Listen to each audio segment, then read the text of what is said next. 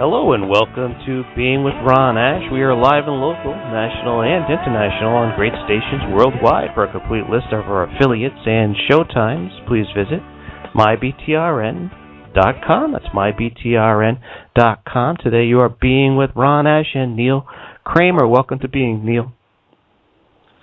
Hi, nice to be here, Ron. Thanks for having me. It is great to have you on. I was able to peruse a little bit of your book online via Look Now on Amazon. And, some great stuff in the Unfoldment. I have to ask before we get started, though, when did you really start to rethink things and really get that thirst for, knowledge and start accumulating the wisdom that eventually turned into your books? For me, it was an early process and was just kind of there from the beginning, really, and I just, in quotes, didn't buy reality. I just didn't think it was all it was. And as a child, I kind of had that feeling and just, looked around with, my eyes screwed up and my head tilted to one side thinking, what's going on behind this? What is really happening? And seeing people behave in very regimented ways as I was a teenager and went to high school and college and so on, that also seemed very strange. So it was just like a kind of Sherlock Holmes type thing that the evidence presented to me didn't actually add up. There was something missing. So in my teens, I was drawn to philosophy and spiritual philosophy and classic spiritual texts, and, it all unfolds, if you pardon the terminology from there. When you say reality, you don't really mean what is real. You mean what people have come to learn and believe is real. Yeah, I use a term called the distortion, which is fully explained in the book, which is a construct that has been created based on reality, but is not reality. It is a simulation, and it is a model of reality, and it's a very good one, and it's very compelling, and it draws people in, certainly. So in that sense, it's very successful. And we are versed in this distortion from the moment we show up in the hospital or whatever.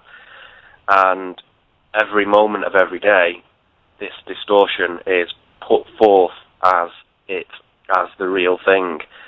And until you begin to question that, you would have no possible reason to doubt that it wasn't the real thing, because who's going to come up and shake you and say, you know what, this world that you live in, it isn't actually the real thing, and in fact, it's synthetic, it's not actually a genuine article, it's something different. Until somebody does that to you, which they never do, of course, you wouldn't have any reason to doubt it. So, in a sense, it's part of a classical spiritual initiation, in that you have to come to that initial realization yourself. Now, so you have to sit back and say, there has to be more to this.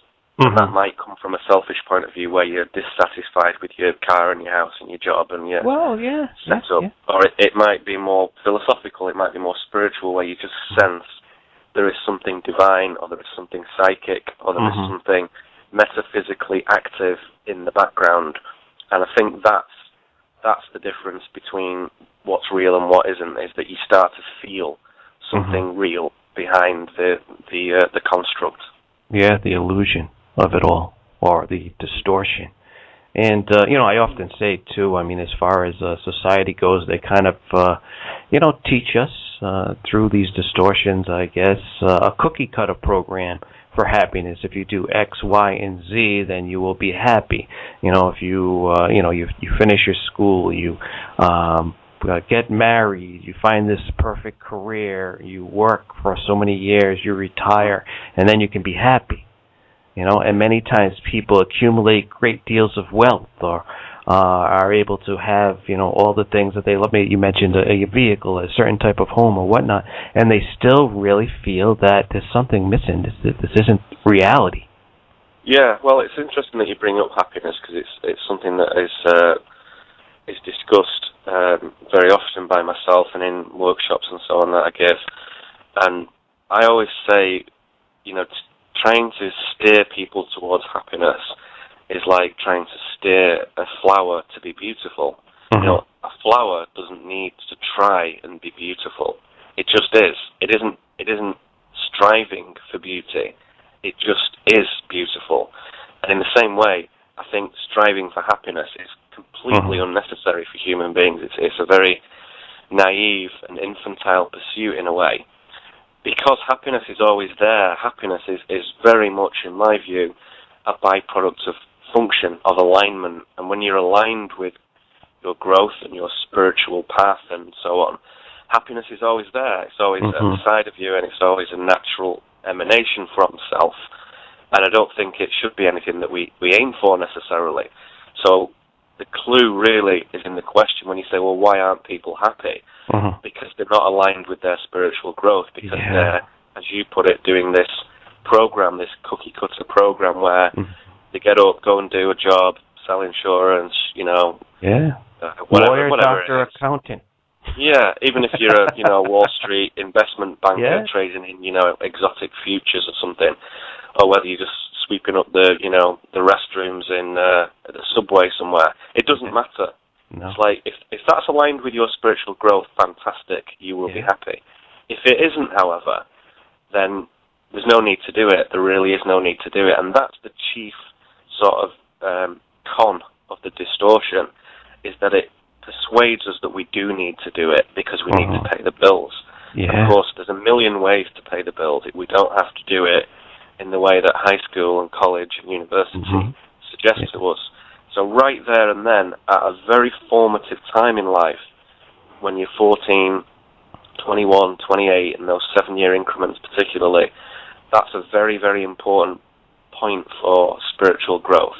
And if you start to switch off at that point, after 30, you've had it, basically. So it's something that you need to engage with as a young man or a young woman to really, flex your kind of spiritual muscles. It has to be something that somebody encourages and supports you with early on, in my view. We are always best at being who we are, all that we're created to be. We're created a certain way. There's a DNA blueprint there. And this is what makes us happy. We talked earlier on the show about our gifts. Gifts are what we're passionate about. Hours seem like minutes. We can do it all day long. This is where we achieve happiness. Time no longer exists. Yeah, that's very true. And again, nice that you raised that, because I think part of the problem is about confidence, quite frankly. And I'm sure in your work and in your consultancy with people, I do the same thing. I'm sure that you come across that a lot of the time, that really what we do when we work with people as counselors or life coaches is we return their power to them. We return their confidence to them and their understanding that they have infinite potential.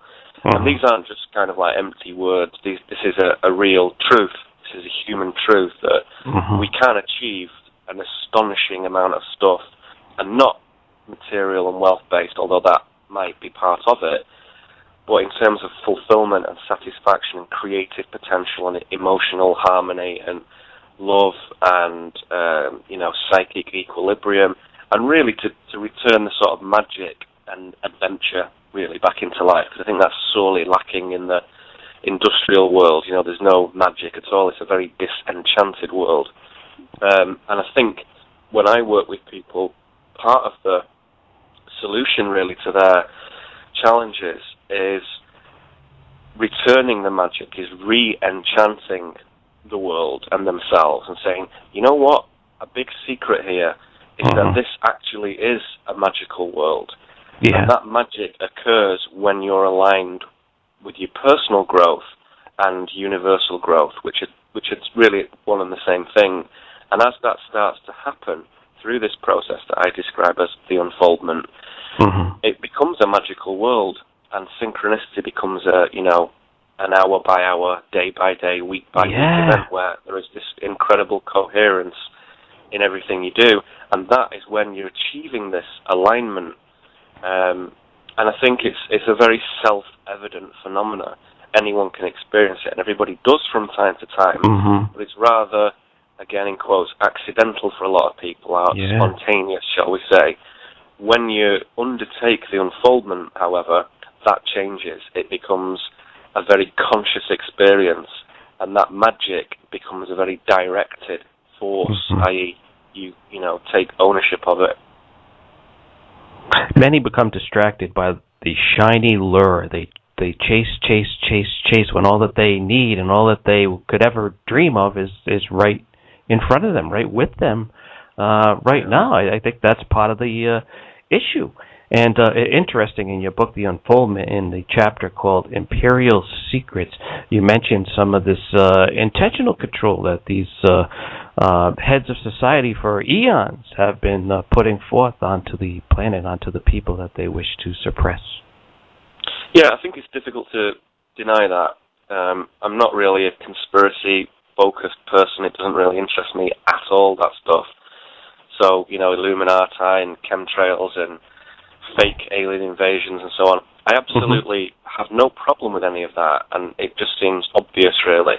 Yeah. And I think you can distill it by saying that there are always people who will conspire to control things, and there are always entities that will conspire to control things who don't necessarily show up in the mainstream script of, the kind of fat, business-suited plutocrats. There's another order of beings that might be involved in that.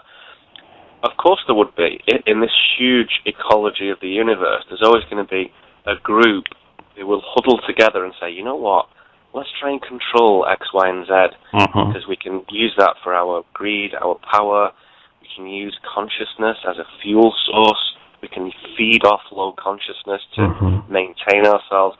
All these kind of crazy things seem obvious to me, and I think one should be aware of them, but really by focusing on your own sovereign spirit and your own divine path, you largely detach yourself from control there, and you free yourself from any anxiety, because a lot of conspiracy researchers and hosts and so on, unfortunately, I must say, seem to thrive on anxiety.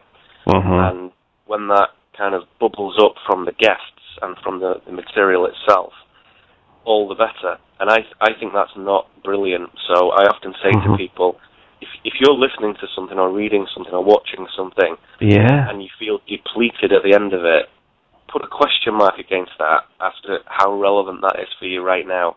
Not if it's good or bad, true or false, that's another matter, but how relevant is it? And if you feel depleted by it, put a question mark to that and say, maybe that isn't relevant right now, and then switch on to something that gives energy, that actually allows you to generate your own energy, So your own growth, your own stamina, your own spiritual fortitude. It is a bit of a warrior's path. I often find myself saying that to people. And the warrior attitude, you have to be able to heal yourself. You have to be able to be tough. You have to learn the subtle arts. You have to learn the psychic arts to become a complete warrior. It's not just being a brute or a barbarian. Anybody can do that. Yeah. But a complete kind of martial artist, if you like, learns the inner arts. Only after he's learned the outer arts. So you have the external form, you have the moves and the stances and so on, and then you learn the inner arts. You learn power, control from the subtle energy level of your chi energy, as we might call it today, dragon energy, the Europeans used to call it.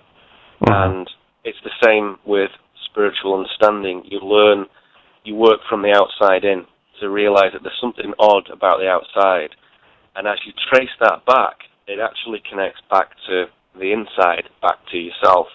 So there is a connection between the disavowal of your own spiritual growth and truth and development and the state of the world. So I think that the universe seems to have this teaching mechanism where the more you ignore your own growth and your own path and your own challenges, if you just keep sweeping them under the carpet thinking, well, that's a bit weird and it kind of hurts as well and it's emotionally troubling, so I'll just sweep that under the carpet and take another pill or watch another TV show. If you keep doing that chronically for a long time, eventually the universe will force you into situations to face that, to address it. And those situations increase in density and drama the more you ignore them. So it won't let you get away with anything, essentially. The universe is there to make us learn to some extent because we're part of it. And it is a learning engine, in a sense. So as part of that ecology, we are compelled to evolve with it, which is a wonderful and beautiful thing once you go with it, once you get into that flow. When you resist it, you make an opponent of the universe, and suddenly the whole thing just becomes a very dreary struggle, which is absolutely a matter of attitude and nothing else. And when you change that attitude and you actually work with it, because it is an organic, divine emanation, then the whole thing changes, the perspective changes, and what used to be a terrible weight just evaporates, and what used to be just a hint at something lovely becomes this very big, vivid, magical adventure, and you think, actually the world is pretty good. It's actually quite good. It's not the massive, horrible, weird thing that it used to be. Yeah. You know, it's interesting. You mentioned synchronicities, and with me, it really started with numbers, you know, and I would see these numbers quite often, and the more often I saw them, the better I felt, the more I was aware that I was on path. I was, you know, on source. And as the numbers, the frequency kind of dissipated, I would have to ask myself a question. Wait a second here. You know, what am I doing that is causing me to be detached or less attached? And then I would figure it out. I would make that correction, and then sure enough, I would see the synchronicities increase again. Yeah, and isn't that a lovely feedback mechanism? Yes, I really appreciate it. I often say thank you.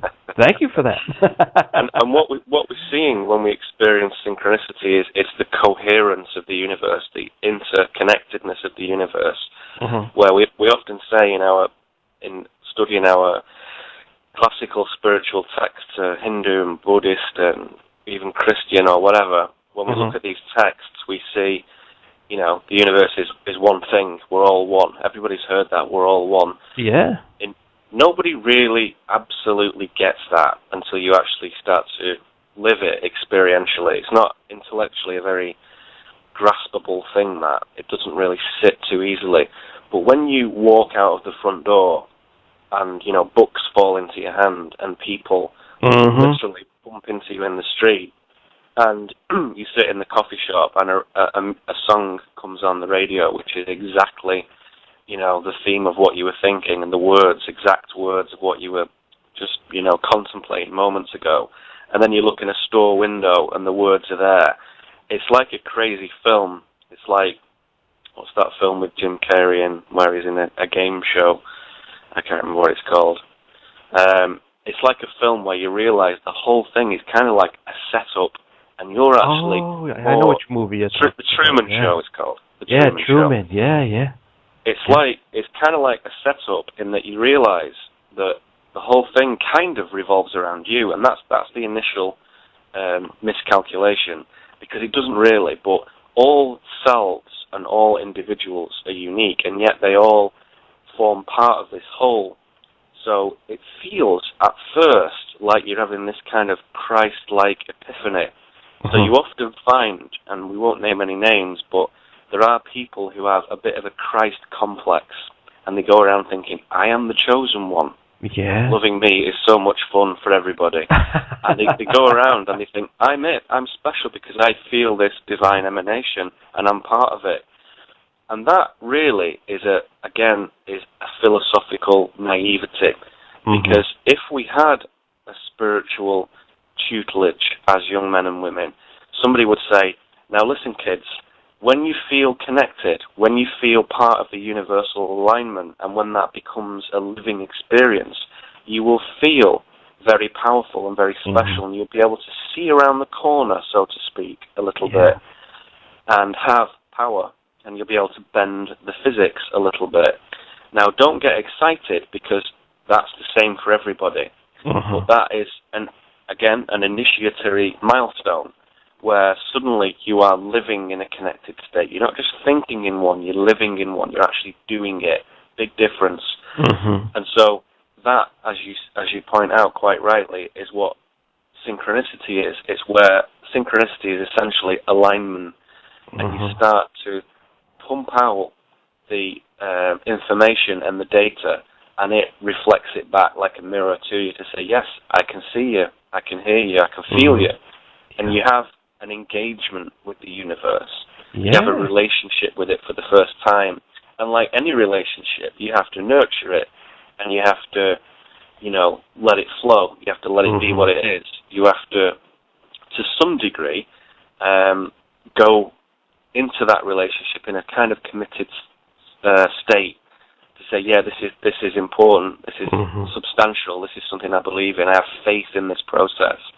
And the more you do that, the more it kind of rewards you in the profundity of its realizations and the magic of its synchronicities, to the extent where you become, as I like to say to people, you become re-enchanted. There is an enchantment back in life again.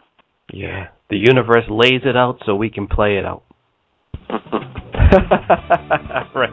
Gonna have to take a quick break, Neil. We'll be back with more Neil Kramer, The Unfoldment, right after these messages. Hold tight. Welcome back. You are being with Ron Ash and Neil Kramer, author of The Unfoldment. We are live and local, national and international on great stations worldwide. For a complete list of our affiliates and show times, please visit mybtrn.com.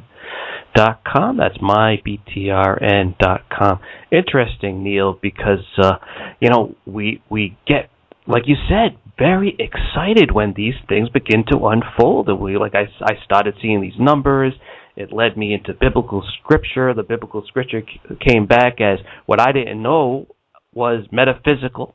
I began to, experience different types of religions. I would stop at this one, and when I would see the vein of truth, and when I saw the lie, I would leave and go someplace else. I would recognize the vein of truth there, and then when something else came up, I would say, wait a second, okay, I learned what I had to learn here, and I would move on, and it was just this being in the flow. Yeah, I feel the truth of what you're saying. And I like your expression, the vein of truth. It's a very nice way of describing it. There's a chapter in the book called True Deeds, which discusses these matters. And my perception of it is that there is one truth, one single truth, and it emanates out throughout the universe. And essentially, it leads back to a divine creative source. And when we take hold of that truth, and it could be in the very simplest and most mundane things in the kitchen or the schoolroom or the car or anywhere, or it could be something very powerful and profound, as you say, if you're studying sacred texts, if you're having amazing conversations, if you're having a personal contemplation on a mountaintop somewhere, whatever it is, when you take hold of a piece of truth, shall we say, you realize that it goes back a long way. And although the discovery of that truth is yours and yours alone, the existence of that truth actually points back to something ancient and something magnificent. And I think you feel that when you hold truth, and you kind of holding on to this thread, and if you follow it, it leads in all kinds of interesting directions, as you suggest. And I think it's very important for the sincere spiritual student, who really, as you will know from your own studies, we have to be lifelong learners in this respect. It's an ongoing thing that takes the whole time we're here to even get anywhere. When you're doing that, you have to understand that the wisdom is experiential. You have to build it into your life, and the truth is diffused over a wide area. And some of it is in this book, and some of it is in this man, some of it is in this woman, some of it is in this land. It's in different places and different objects and different ideas. And it's unfortunate if somebody finds themselves completely gravitating to just one spiritual tradition, because as I'm sure a lot of the listeners know, many of those traditions, particularly in the last 2,000 years, have been sequestered, really, and have become part of the distortion. And although some very good men and women with very fine intent still participate in that, and I respect those people, it doesn't take long before you realize that there is this exoteric shell to a religion, and there is an esoteric inner core. And as you approach that core, for example, in Christianity, you realize that much of it is based on sort of very ancient Hebrew mysticism. And much of that Hebrew mysticism is based on very ancient European indigenous pagan shamanism, which of course is shock horror to the Republican, modern Christians, the Mitt Romneys of this world would say pagans. Goodness me, you're kidding me. Pagan is just somebody. It's a Roman word essentially that means the people of the land. So if you came to a new land, you would say, look, the pagans, the people of this land. Yeah. So the pagans in Europe were people who were really focused on the power of the land and the wisdom inherent in the land. And a lot of their tradition at that time was oral.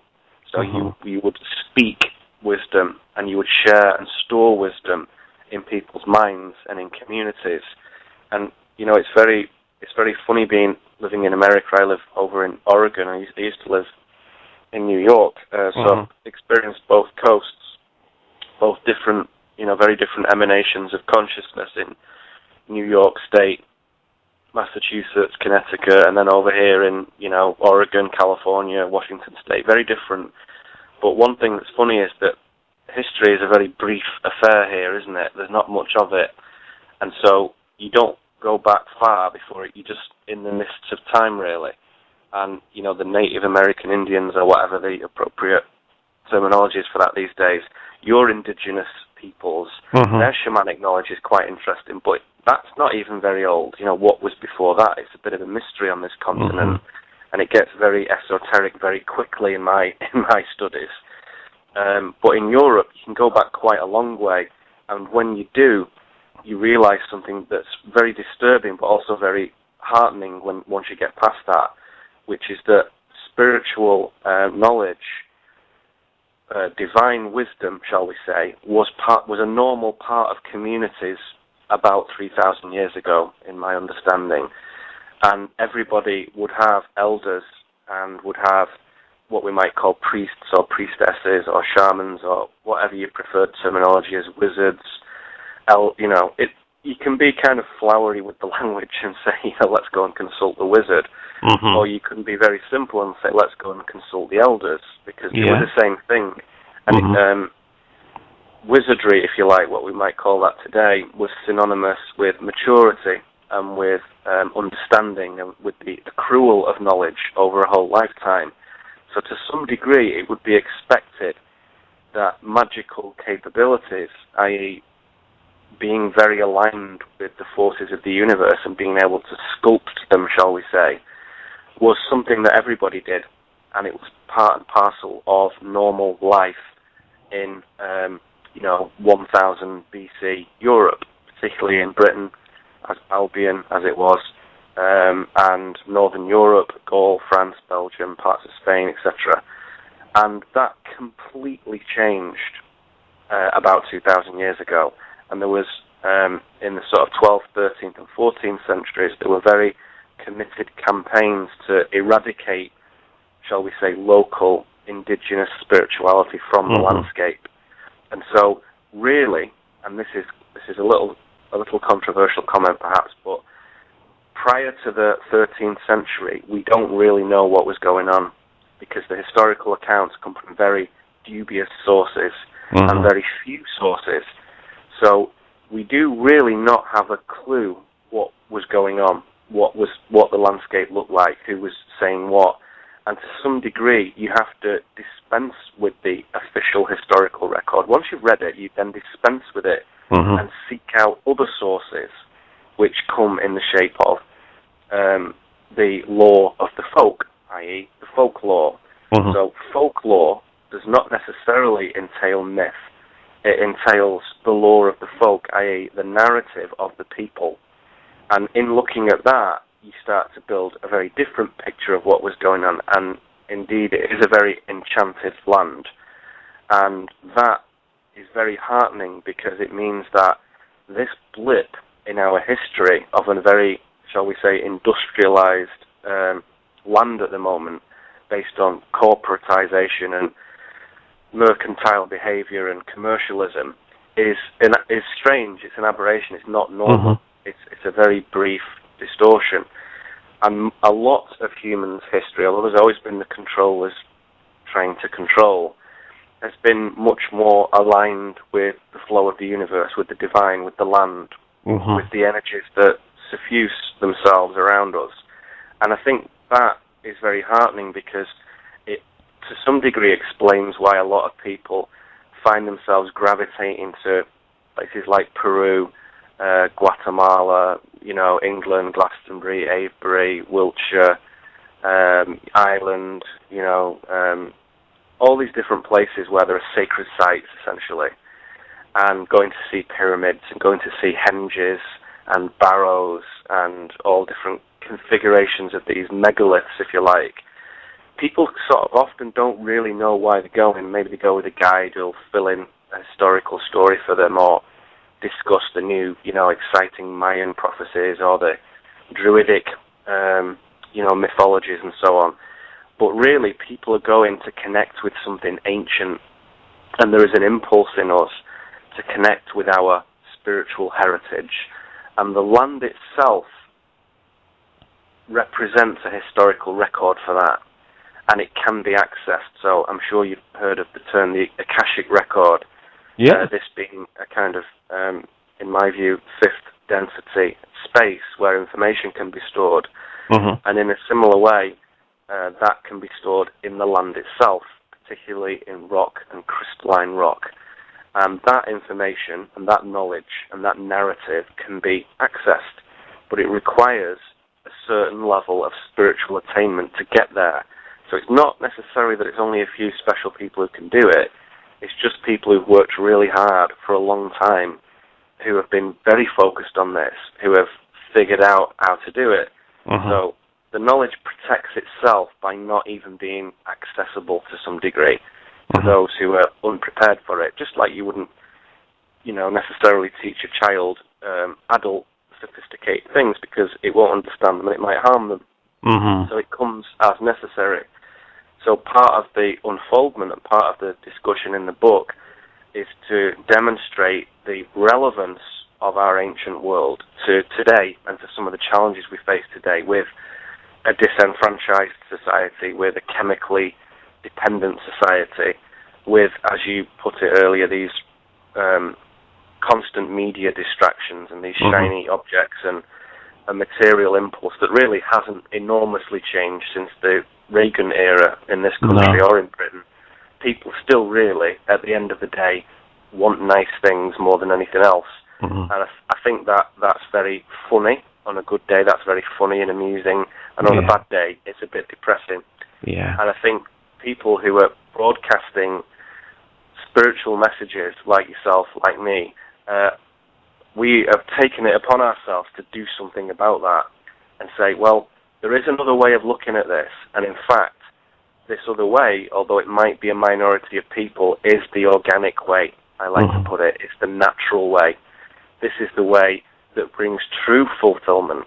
And funnily enough, along the path, the universe seems to place the necessary resources in your way in a positive sense. So if you need money for that trip, if you need, the laptop for this project, if you need the sort of $5,000 video camera for this project, it appears, and all these things start to happen, and you start to generate the resources for yourself.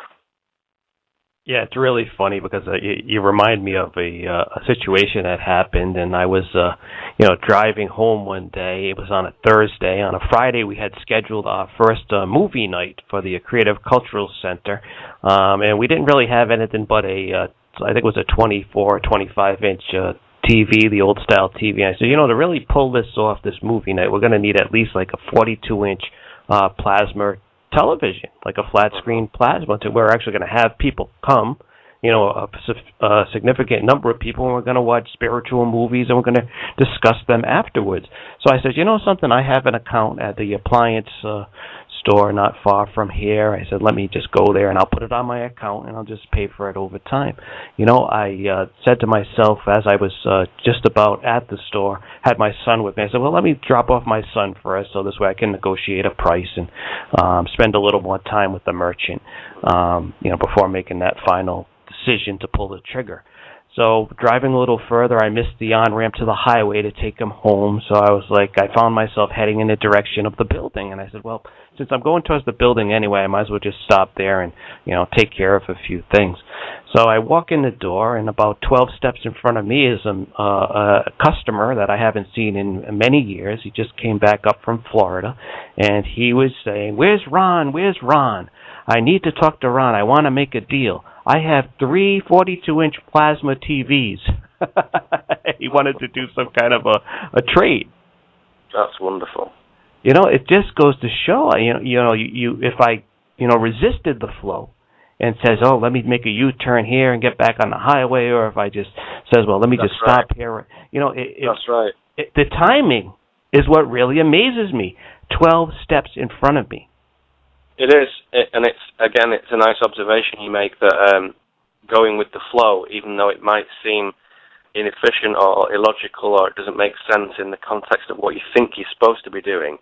Sometimes, you like you say, you miss a car, a parking lot space, or you're late for an appointment inescapably, and it seems to be going wrong a bit, but actually you're being steered in a better path to a better connection. And I think, again, one learns to go with that, and you start to feel when it's happening, you think, I know what's going on here, and you just smile at the universe, and it's like, okay, you've seen it, you've seen the magic, this is what's happening now. And that intent is almost being recognized, your good intent to share wisdom and to share sacredness, a sense of the sacred and an understanding of the sacred with people. The universe, by Jove, can see that and thinks, right, I'm going to support that endeavor, and I'm going to support it by drawing in the resources that in that proximity in that area. So it can see things we can't, it can do things we can't, it can bend events and timelines like we can't, and that's what we call magic. And it isn't really magic. It's just something that we don't fully understand, as Arthur C. Clarke said. It's like any sufficiently advanced technology is sort of indistinguishable from magic. So imagine taking a GPS device back to medieval Europe. You'd have been burnt at the stake, wouldn't you? So it's just something that we don't understand.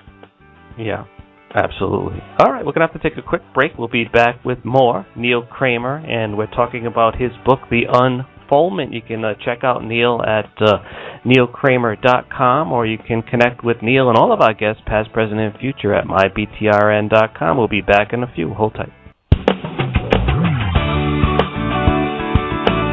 Welcome back. You are being with Ron Ash and Neil Kramer, author of The Unfoldment, neilkramer.com, if you'd like to connect with Neil directly. Tomorrow we have the Pet Psychic, Diane Gian Lorenzo, at 11 a.m. Eastern. And Thursday, the Tarot Life Coach, Tanya Melendez, 11 a.m. And Friday, we have a special guest, medium Sherry Hobson, will be with us at 11 a.m. Eastern. That brings us right up to Saturday Night Psychics from 5 p.m. to 7 p.m. Eastern Time, WARL, 1320 a.m., Attleboro, Providence. Neil, we talk about a lot of this stuff, but it gets a little difficult for our significant other to really accept some of this at times. Any advice on how to deal with that type of a situation? You mean people who are not on the same page? Yeah. Yeah, funny. I think, like yourself, I do quite a lot of one-on-one coaching. As well as conferences and workshops and so on. Half my time is basically spent doing that, which is great because it's something that is, I think, mutually rewarding. One of the common things that comes up in, maybe 50% of the cases, and the guys and girls that I speak to, is my partner, my husband, wife, girlfriend, boyfriend, father, mother, brother, sister, whatever, somebody special in their life who they have a relationship with, isn't into spiritual things, to put it bluntly, and isn't into sacred knowledge of any, description. What do you do about it?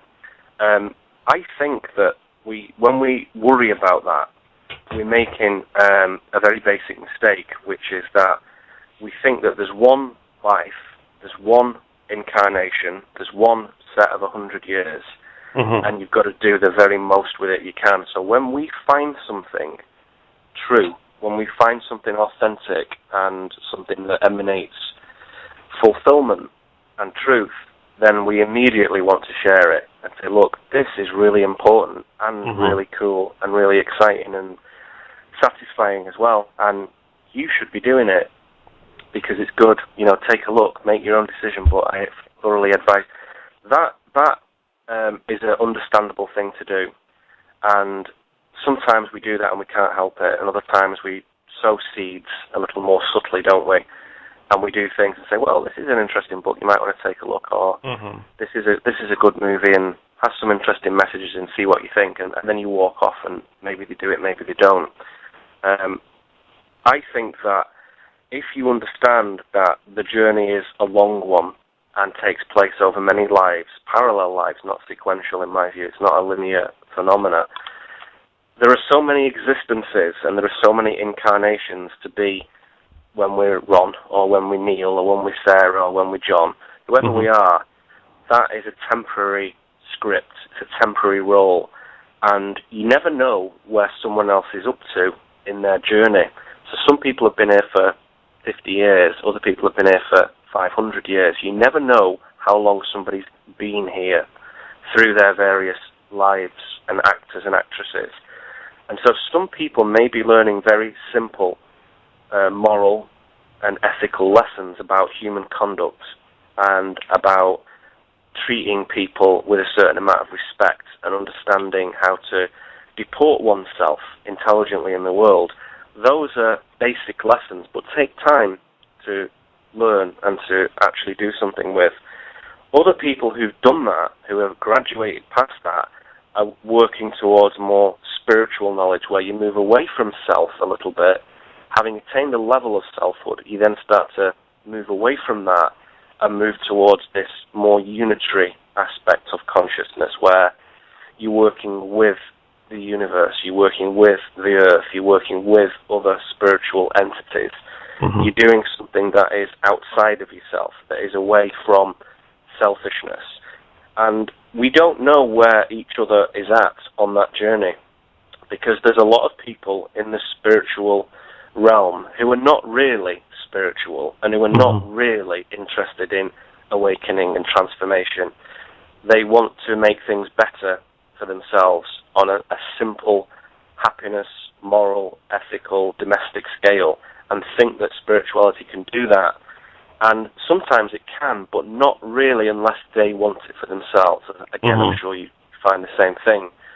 So because we never know where someone else is at, we can never really give advice about our own journey, saying, this is what I found, I think is good for you as well. We never really can say that with any conviction. We may feel it, but the best thing you can do is concentrate on your own unfoldment.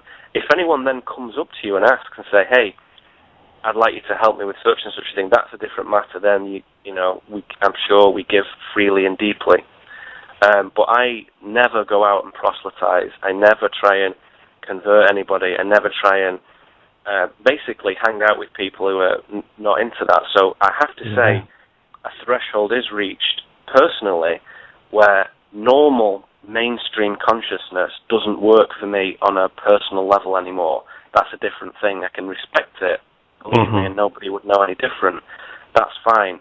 But in my intimate relationships with friends and my wife and, my close circle of human beings that I love and adore, they're all conscious people. They're all working on their consciousness.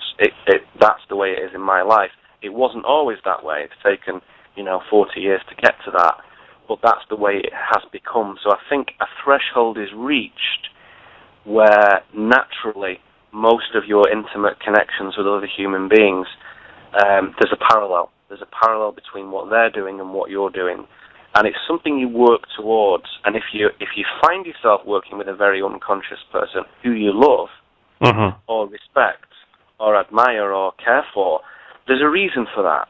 And that's often to do with humility, and that's often to do with understanding the purity of just being, of understanding what you can share in terms of music and culture and food and travel and conversation and art. You know, we can share all these amazing things. All human beings love those things. It doesn't have to all be infused with our spiritual quest. You know, that's always a personal business. So in my life, if I take someone who I care for who isn't into this stuff, I focus on the things that we do share, and there's a wealth of those when you start to think about it. Yeah. Very good advice, yeah, indeed. Okay, Neil, thank you for joining us today. It's always a pleasure. Be great to have you on again real soon. NeilKramer.com. The name of the book, The Unfoldment by Neil Kramer. We'll be back tomorrow in the AM with the pet psychic, Diane Gian Lorenzo, psychic medium for people and their pets. Again, thank you for joining us. This program is made possible by our advertisers and with the support of listeners like you. Support us at mybtrn.com. And as always, be peace, because peace becomes you.